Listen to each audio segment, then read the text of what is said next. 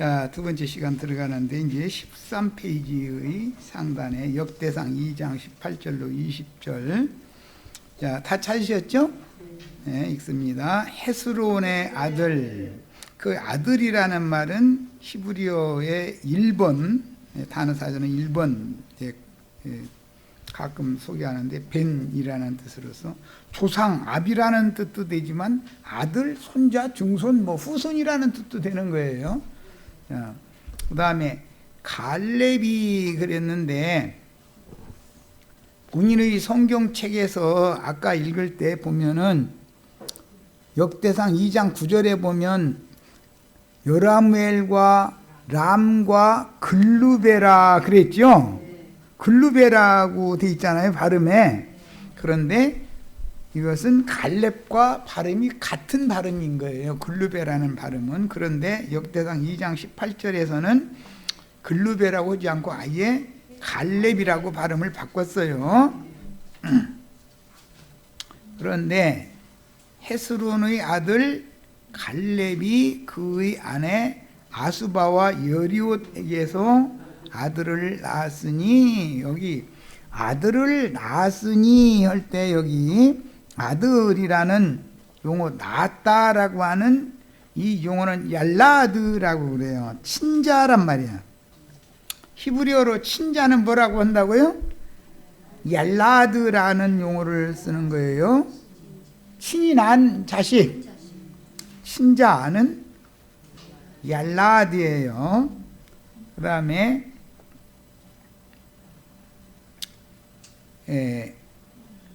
아브는 아비도 되지만 자손도 된다라는 거 말씀드렸고, 그 다음에 아우라고 번역이 된 것이 아흐라는 발음인데 이건 의형제다 이 말이에요. 의형제, 친형제가 아니고.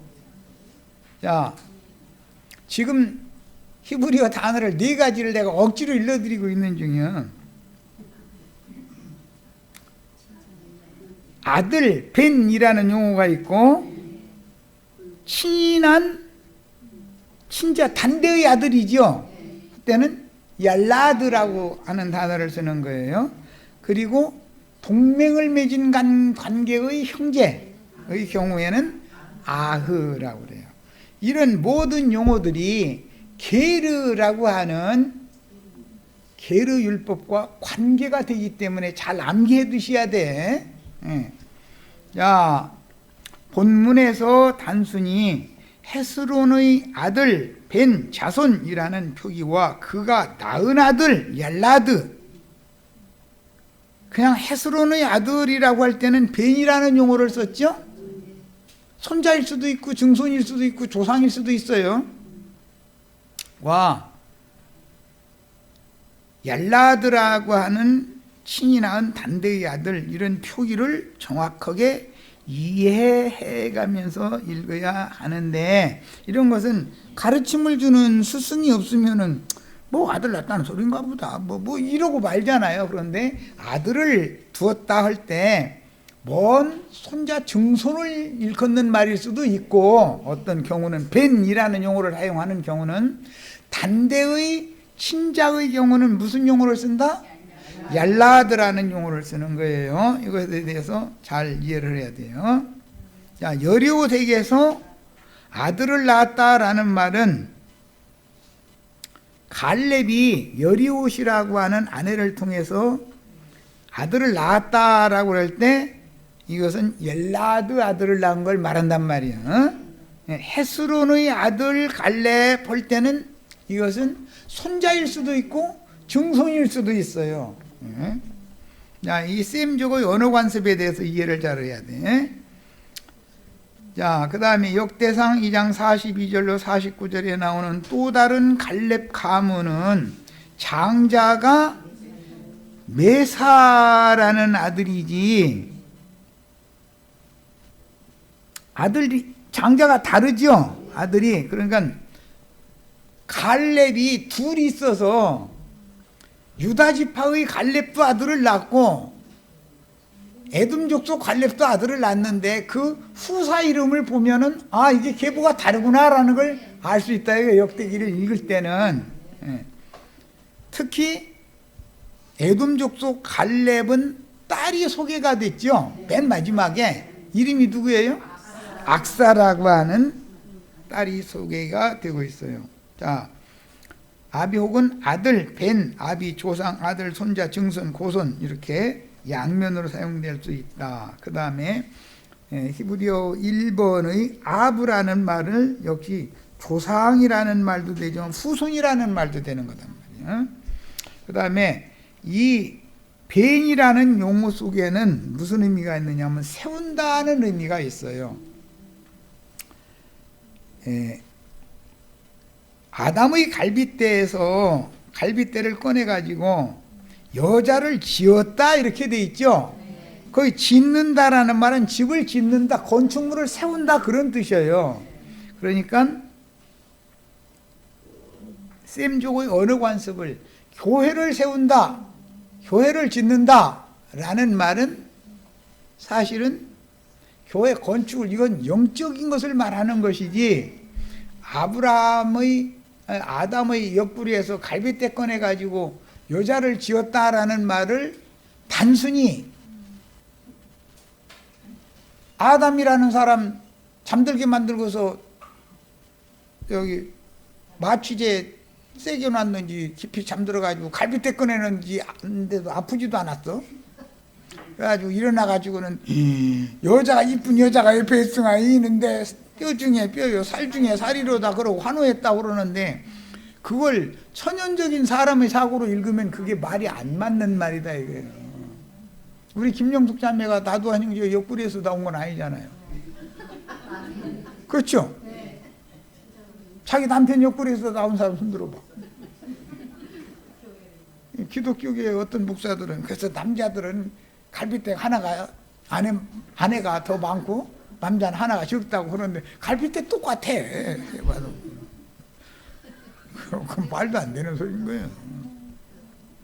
이것은 교회 건축, 그리스도와 교회에 관하여 주님께서 어떻게 그분의 몸된 교회를 지을 것이냐, 세울 것이냐, 일으켜 세울 것이냐의 문제이기 때문에 여기 벤이라는 용어 속에는 짓는다, 세운다라는 의미가 당연히 포함이 되기 때문에 가문을 일으켜 세운다.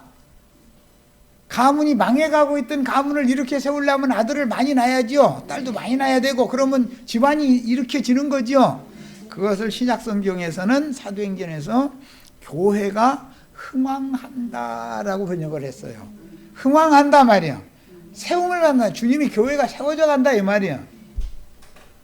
교회가 세워져 가려면 깨끗한 열매를 많이 맺어가지고 주님의 것으로 중매를 잘 하는 제자들의 수고가 필요하죠.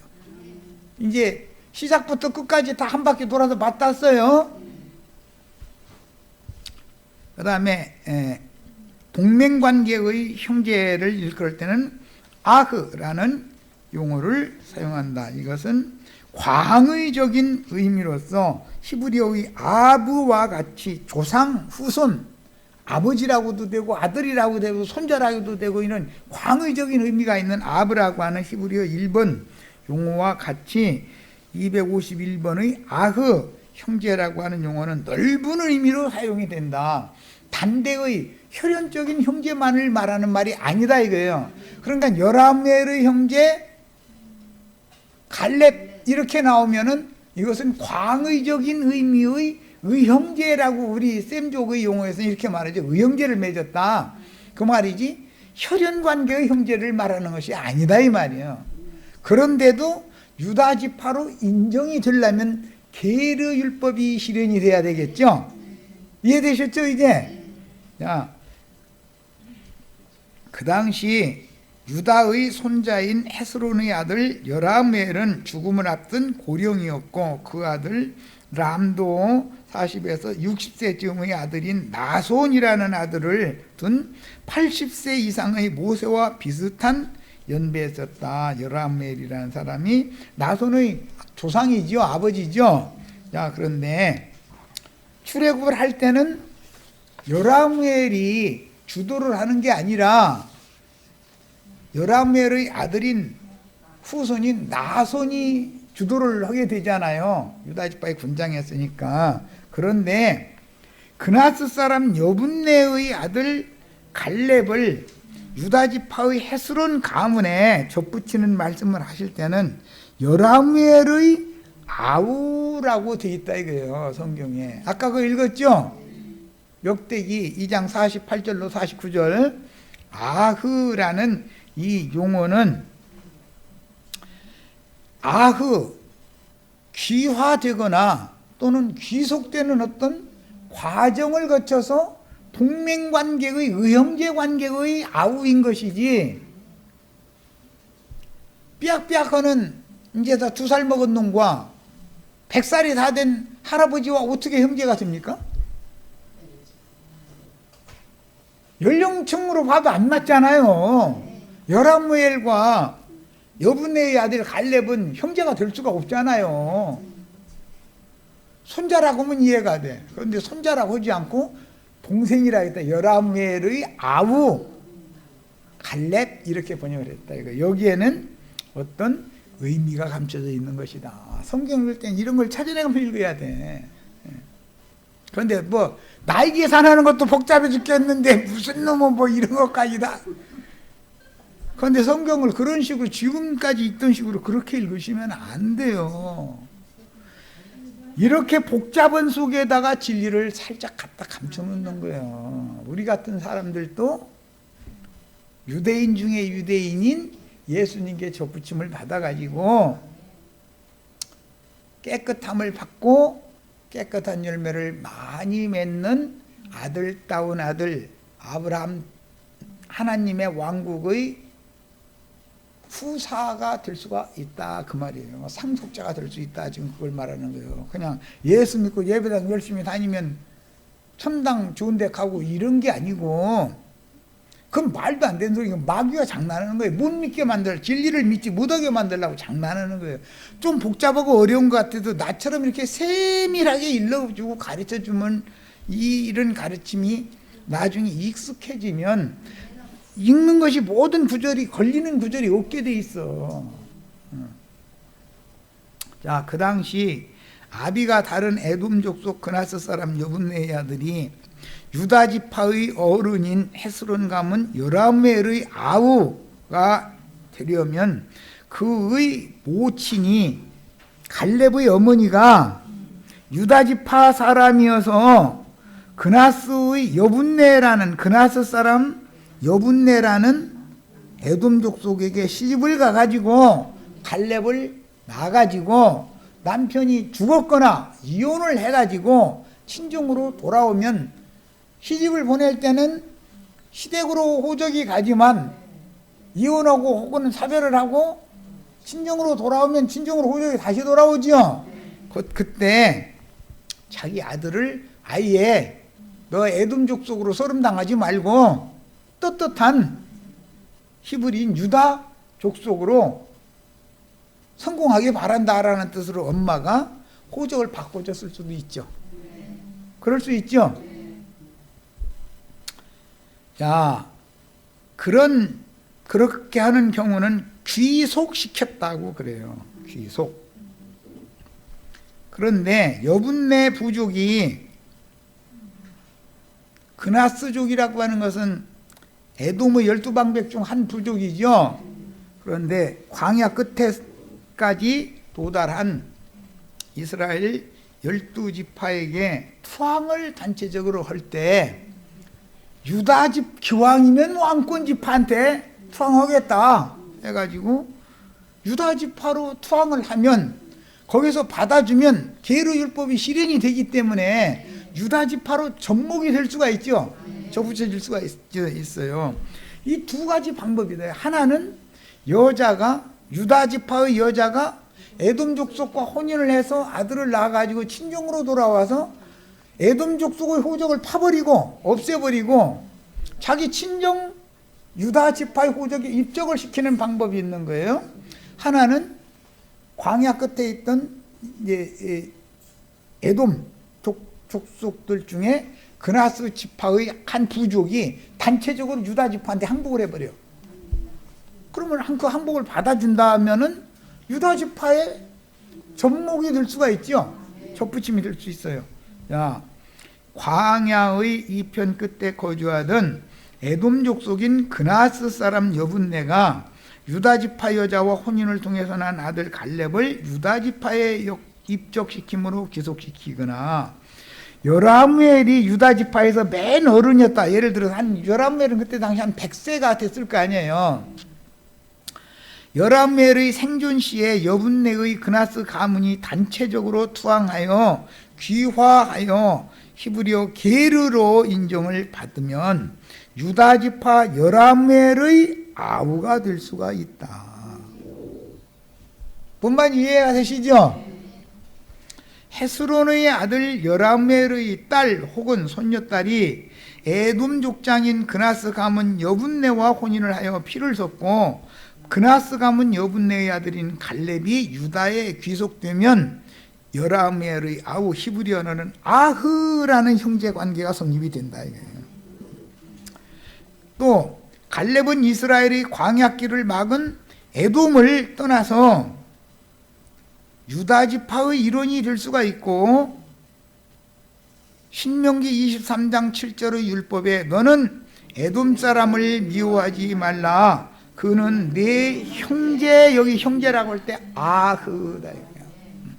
여라무엘의 아우 갈렙 할 때 썼던 단어다.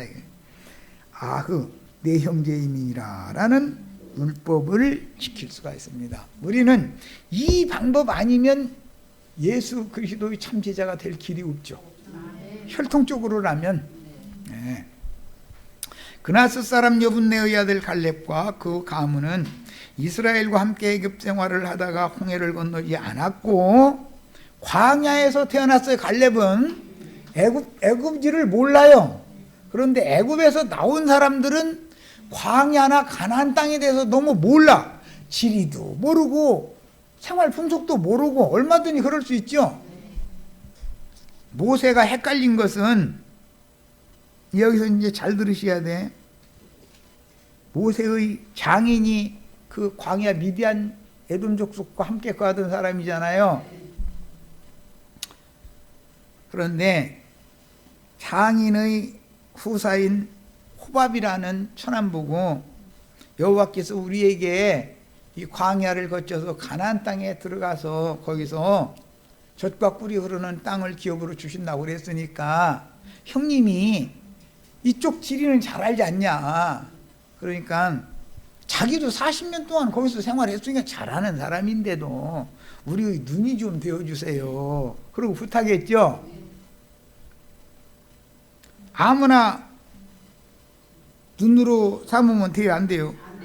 그런데 다행히 나는 미디안을 떠날 수 없는 신분이다. 왜? 거기에 자기 기업이 있으니까, 자기 아버지 호밥이 미디안 제사장 했으니까 나는 광야의 제사장으로 계속 하다가 죽을 거다. 그 말이잖아. 너 따라서 안 갈 거다.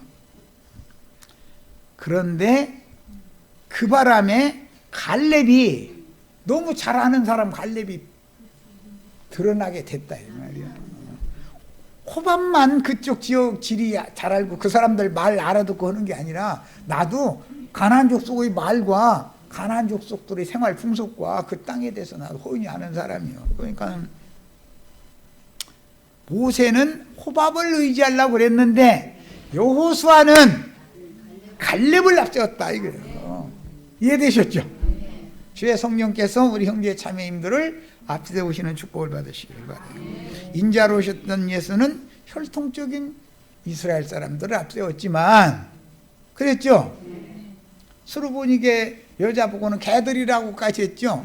나는 이스라엘에게 보냄받았지 개들한테 보냄받은 게 아니다 그랬는데, 올소이다마는 개들도 그 주인의 상에서 떨어지는 부스러기를 먹나이다 이러니까 우리가 다 개들이죠. 두 사람은 다 개였어요. 충성스러운 개. 갈렙이라는 말 용어 자체가 개라는 뜻이요. 여호수아도 충성스러운 하나님의 개잖아요. 이렇게 충성하시기를 바라요. 그러면 이 사람이 이기는 자가 될 수 있다. 아들다운 아들, 메시아의 왕국이 실현되면 그 땅을 열골을 차지할 수 있는 권세를 받은 아들다운 아들, 후사 아들이 될 수가 있다. 이것이 성경에 감춰져 있는 비밀이에요.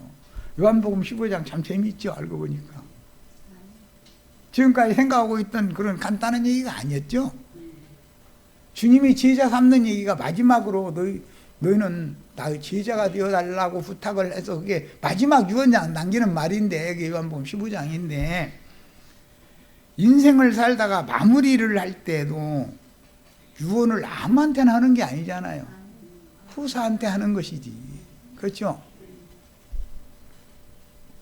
갈렙의 부계 동생인 그나스의 아들 온니엘도 가나안 땅 서한 정복 전쟁에서 큰 공훈을 세워서 갈렙의 딸 헤브론을 차지하는 자에게는 내 딸 악사를 주겠다 약속했죠. 그랬는데 온니엘이 갈렙의 집안 사람이에요. 혈통적으로는. 온니엘이 헤브론을 가서 뺏은 거예요. 철병거 가진 놈들 무섭지 않다 이거예요. 우리의 무기는 여호와지 철병거가 아니다. 그래서 갔는데 이겼다는 거예요. 그래서 그 갈렙의 부계로는 조카 관계인 그나스 사람 온니엘이 나중에 사사기에 가면 초대 이스라엘의 사사가 되죠. 야, 얼마든지 이방인이지만 열국을 차지하는 갈렙도 될 수 있고 사사도 될 수 있어요. 가나안 땅을 들어가면. 이것은 무엇을 보여주는 거예요? 유대인의 때에서 이방인의 때로 전환되는 것을 보여준다 말이야. 그러니까 넓은 땅을, 우리는 이방인인데 어떻게 넓은 땅을 차지하느냐 이런 생각을 해야 돼요. 그 생각 버려야 돼요. 목사님들 기독교가 지금 저렇게, 기독교라고 하는 예배당들은 그 성이 하늘에 닿았죠. 거기에는 철병거 무기 가진 목사님들 신학 지식 철병거지요. 그 사람들 우리가 우리를 봐도 메뚜기 떼 갖고, 그 사람들은 우리는 절대 못 당한다. 그러면은 이기는 자가 될 수 있어요, 없어요? 뭘 이겨야 돼요? 세상 교회를 이겨야 된다 이거예요. 세상 교회를, 세상 교계 교리를 이겨야 되고, 세상 교계에서 철병거 가졌다고 그건 하나님의 지팡이나 되는 것처럼 함부로 휘둘러대는 놈들이고, 조직신학 교리 말도 같잖아 소리 쌓는 거, 누룩석건 말 다 이겨야 된다 이거예요. 그래야 열골을 차지한다 이 말이에요. 이해되셨죠? 육신에 있는 자는 절대로 영에 있는 자를 이길 수가 없어요. 그런데 영에 있는 사람들이 생명이 어릴 때는 육신에 있는 자들은 장대하고 크기 때문에, 이스마엘은 장성했고 이삭은 젖바는 애기니까 함부로 생각하지만, 이삭이 자라면 이스마엘은 엎드러져 죽게 돼 있고 이삭이 후사가 되는 얘기다 이 말이에요. 이스마엘이 후사가 되는 게 아니고. 그런데 성경에는 이스마엘도 12방백을 주신다 그랬으니, 세상 기독교계에 이스라엘 12지파로 육에 속한 사람들로 상징된 12제자들도 있는 거예요. 그런데 그들은 주님이 오실 때 신약 용어로는 땅의 일만 생각하는 자들이고 육신에 있는 자들이다 이거예요. 그들은 메시아의 왕국을 유업으로 받을 영에 있는 사람들이 아니다 이거예요. 우리는 다 영적인 사람들이 힘을 주관하는 거예요. 이해되시죠 이제? 이것이 요한복음 15장에 말하는 참지자의 도다 이거예요. 참지자의 도. 민수기 32장 12절 그러나 그나스 사람 여분네의 아들 갈렙과, 이 사람 여분네의 아들 갈렙은 그나스 사람이지 유다 지파 사람이 아니잖아요. 눈의 아들 여호수아는 여호와를 온전히 따릅니다. 이 두 사람이 두 증인을 대표하는 거죠. 갈렙과 여호수아는 두 증인을 대표해요. 70사도가 있고 12사도가 있고 둘로 또 줄어들어 버려. 진짜 참 70명 보냈다가 12명 보냈다가 2명 보내는 거예요. 그러니 우리는 다 이기는 자가 되셔야 되겠어요. 여호수아 14장 6절로 14절. 그때 유다 자손이 길갈에 있는 여호수아에게 나오고 그니스 사람 여분네의 아들 갈렙이 여호수아에게 말하되 여호와께서 가데스 바네아에서 출애굽 2년 후의 일이죠. 나와 당신에게 대하여 하나님의 사람 모세에게 이르신 일을 당신이 아시는 바라. 가나안 땅에 들어갔는데 가나안 땅에 들어가 가지고 지금 5년이 더 지난 다음이에요. 그때 여리고성 무너뜨리고 아이성 다 무너뜨리고 기브온족도 항복도 받았고 그랬는데 철병거를 가지고 있는 산지 사람들을 도저히 물리칠 방법이 없는 거예요. 얼마나 강한지. 그 철병거 가진 가나안 족속들은 신학 박사님들이죠. 신학 박사님들 다 철병거 가지고 있죠. 도저히 물리칠 방법이 없는 거예요. 그런데 갈렙이 나서서 그 산지를 나에게 주세요. 이랬어요. 누르면 사람들 평신도 세상 말로 평신도한테 전도하려고 하시지 말고 목사님들 뱀 잡으시길 바래요. 보약을 드셔야 돼. 저는 우리 밥이다 그 말은 우리 보약이다 이 말이 원문은 보약 먹여야 돼. 철병거 가진 놈들 다 때려 잡아버려야 돼. 그게 이기는 자예요. 그게. 내 나이 40세 여호와의 종 모세가 가데스 바네아에서 나를 보내어 이 땅을 정탐하게 하였으므로, 그러니까 아무래도 그때 당시 여호수아와 갈렙은 좋은 땅에는 가나안 땅의 가나안 땅 중에서도 가장 좋은 땅은 철병거 가진 놈들이 진치고 있다는 걸 다 유심히 보고 온 거 아니야. 그런데 다른 10지파 사람들은 그 사람들은 장대에서 우리는 메뚜기 같아가지고 그 사람들을 절대 못 이기니까 안 된다 그러고 그러는데, 여호수아와 갈렙은 그 사람들이 허점과 약점을 다 보고 왔다는 거잖아요. 기독교계 유명한 신학 박사님들 허점이 있어요, 없어요? 약점이 많이 있어요. 다윗이 시온산성을 빼앗을 때도 겉으로 봐가지고는 요새기 때문에 어디로 넘어갈 데가 없는 거예요. 그런데 가만 보니까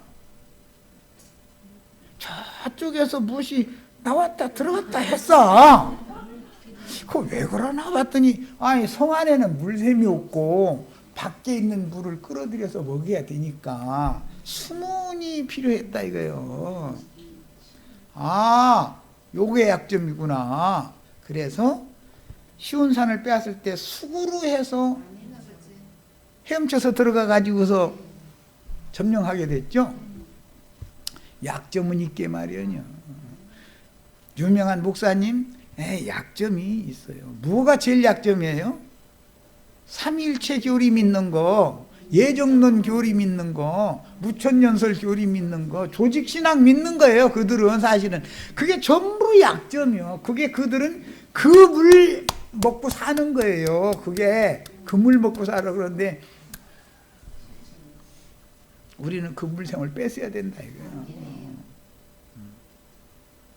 하나님의 말씀과 신학, 조직신학의 흐르는 물이 같은 물이 아니죠. 성경 해석하는 원칙을 이번에는 이제 영적 적용까지 들어가니까 이렇게 말씀드리는 거예요. 그날에 모세가 맹세하여 이르되 네가 내 하나님 여호와께 충성하였은즉 충성, 죽도록 충성하라. 신약에 계시록이 이렇게 돼 있죠. 두 증인들은 죽도록 충성했죠. 그래서 순교로 일생을 바쳤잖아요. 네 발로 밟는 땅은 영원히 너와 네 자손의 기업이 되리라 하셨나이다. 모세가 약속으로 갈렙에게 이 약속을 줬다는 거예요. 이제 보소서 여호와께서 이 말씀을 모세에게 이르신 때로부터 그러니까 출애굽 2년 됐을 때부터 이스라엘이 광야에서 방황한, 실제는 38년을 방황을 했죠. 야, 도합 40년인데 여기에 뭐라고 되어 있냐면 이 45년 동안을 그랬어요. 그러니까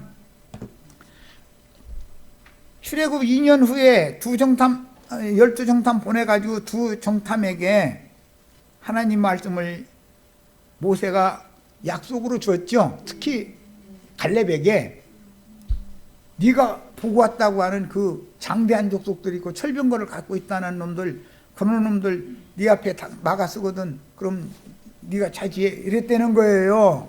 그건 예언이잖아요. 모세가 한 말은. 여호수아는 실제로 주는 거죠, 이제. 그런데 그 철병거가 있는 헤브론 성을 점령을 했다 이거예요. 갈렙이 실제로. 자, 그런데 광야로 나와서 2년 만에 정탐을 보냈고 38년 돌아다녀서 40년을 채워가지고 요단을 건너서 가가지고 5년이 더 지난 때다 그 말이에요. 지금 여리고성, 아이성, 기브온 족속 이 사람들 다 정복이 됐죠. 5년 동안에. 그런데 앞을 딱 가로막는 게 있어요. 철병거를 가지고 있는 산지 거민들이 있는 거예요. 그러니까는 여호수아가 어떻게 할 수가 없는 거예요. 워낙 강하니까. 그런데 갈렙이 탁 나서는 거예요. 모세에게 내가 약속을 이미 받은 거 당신도 같이 들었지 않냐. 다른 10정탐들은 그걸 두려워하면서 봤지만 나는 그들이 약점을 다 사실 다 봤다 이 말이에요. 난 자신 있으니까 나한테 맡겨라. 그랬다 이 말이에요. 그러니까 우리는 성경을 읽을 때 이제 상세하게 읽어서 기독교인들의 자칭 유대인의 회에 속한 자들의 약점을 발견할 줄 알아야 된다 이거요. 그게 물샘이요, 물샘. 그들은 그 물그릇에서 먹는 거잖아요. 조직신학에서 안수받은 사람 그 입에서 나오는 물맛이잖아요. 기독교라는 건 그게 물샘인 거예요. 수구라고 그런 거예요. 그래서 다윗이 시온성 뺏을 때 어디로 들어간다고요? 수구로 침략해서 들어가는 거예요. 기독교계의 조직신학을 그게 약점이다 이거예요. 그건 치명적인 약점이요. 여호수아와 갈렙은 그걸 다 보고 왔다. 이게 정탐을 할 때 헛하는 데만 돌아다니면서 엉뚱한 데만 본 게 아니에요. 여기 경치 좋네 이런 거 보러 다닌 게 아니에요. 우리도 다 이런 축복을 받으시길 바래요. 그래서 45년이라는 말은 광야 40년에다가 가나안 땅에 들어간 다음에 5년이 더 지난 때다 이 말이에요. 지금 여호와께서 말씀하신 대로 나를 생존하게 하셨나이다. 왜? 말씀하신 대로 생존하게 하셨다라는 말은 하나님 말씀을 이루어야 되니까 이 나이 많은 갈렙을 지금까지 살려놔둔 거 아니에요 지금. 그렇죠? 오늘 내가 85세로 돼. 40세 때 정탐했고 가나안 땅에 들어가서 5년이 지났으면 85세죠. 자, 요단 2편의 40년 외에 저편에 들어간 후로도 5년이 지난 때 갈렙의 나이가 85세였음을 알 수 있으니 출애굽 이후 2년이 지나 모세와 같이 광야길에 밝은 그가 가데스에서 유다 지파를 대표하는 정탐으로 선발된 때 그의 나이는 40세였고 그 후로 38년을 광야에서 이스라엘과 함께 하였으며 그 다음에 요단 도하는 그의 나이 78세 때 결행이 되었고 그 다음에 7년이 지나서 헤브론을 점령하게 된 것이다. 이게 여호수아에게 그래 모세가 당신과의 약속한 소리 나도 들었어. 그럼 그거 가져. 그랬는데 실제로 전쟁을 해서 점령하는 데는 2년이 걸렸다는 걸 알 수 있죠. 숫자 계산이 다 나오죠. 모세가 나를 보내던 날과 같이 오늘 또 내가 여전히 강건하니 내 힘이 그때나 지금이나 같아서 싸움에나 출입에 감당할 수 있으니 그날에 여호와께서 말씀하신 이 산지는 철병거를 갖고 있는 자들이죠. 안악자손들이 지키고 있는 데죠. 내게 주소서. 아멘. 네. 오늘 우리 형제 자매님들도 이런 말씀이 나의 구원의 말씀이 되시기를 바라요. 나도 작년에 데려갈 줄 알았더니 안 데려가고 이제 한국이 넘었다 소리 들었는데 왜 그러나 봤더니 이 얘기를 안 해주고 죽으면 안 되니까 그런 것 같아요. 10골 차지한 사람이 되자. 이기는 자가 되어라. 이 얘기를 꼭 해놓고 죽어야 내 손을 씻는 것이지. 너 왜 손을 씻다 말고서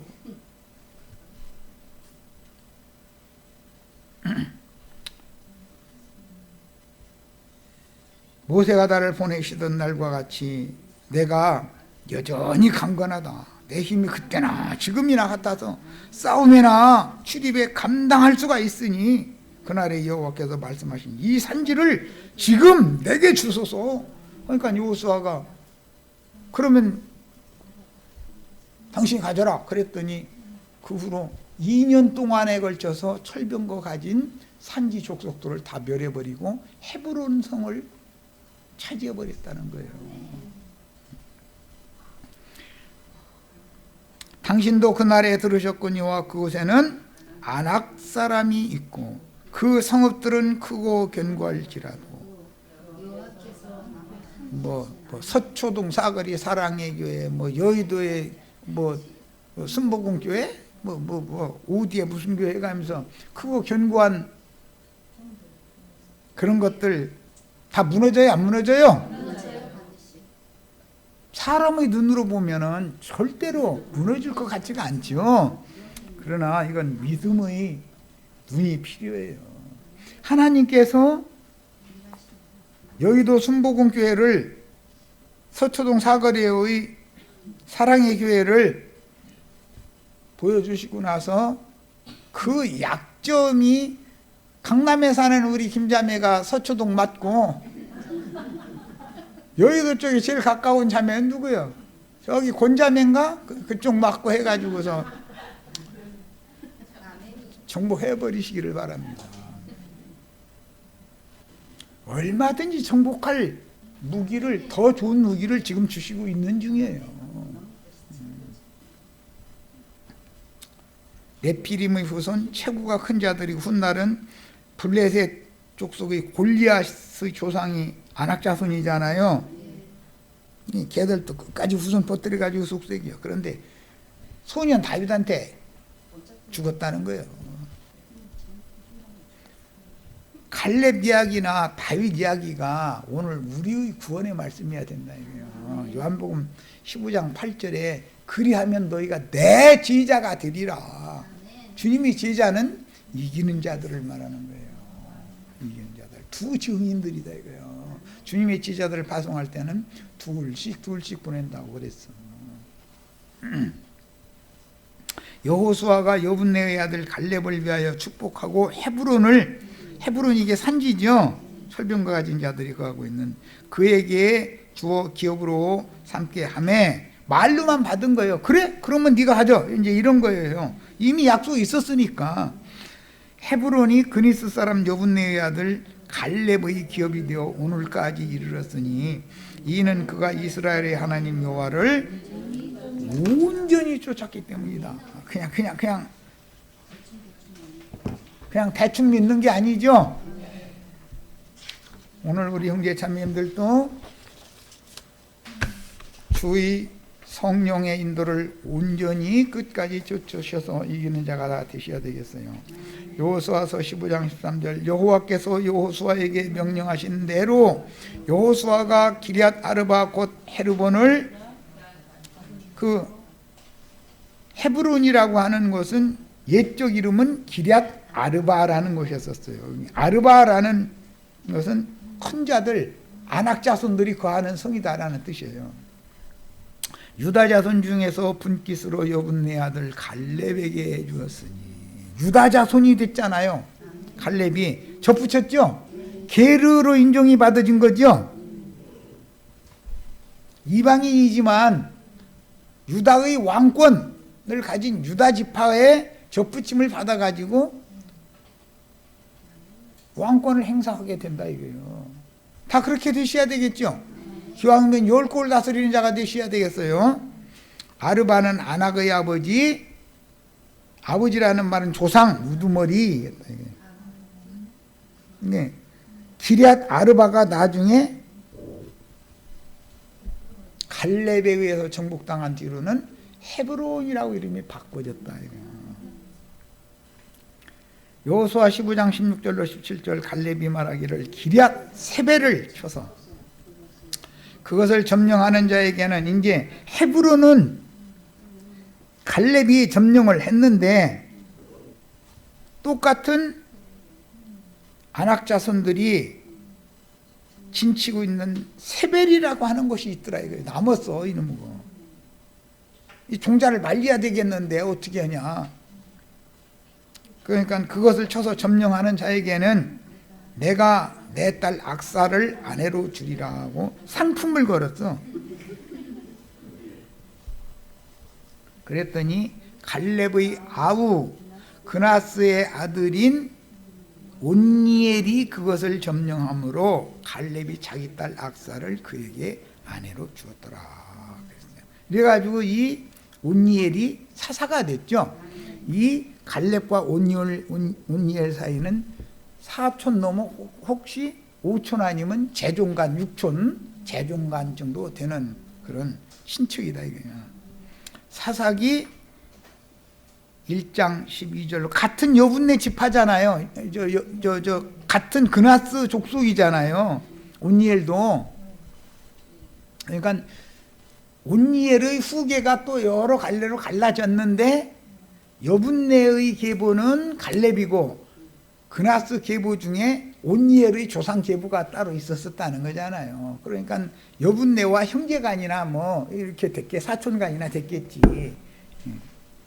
자, 갈렙이 말하기를 기럇 세배를 쳐서 그것을 점령하는 자에게는 내 딸 악사를 아내로 주리라 하였더니 갈렙의 아우 그나스의 아들이라는 말은 여기 벤이라는 말은 자손이라는 뜻이에요.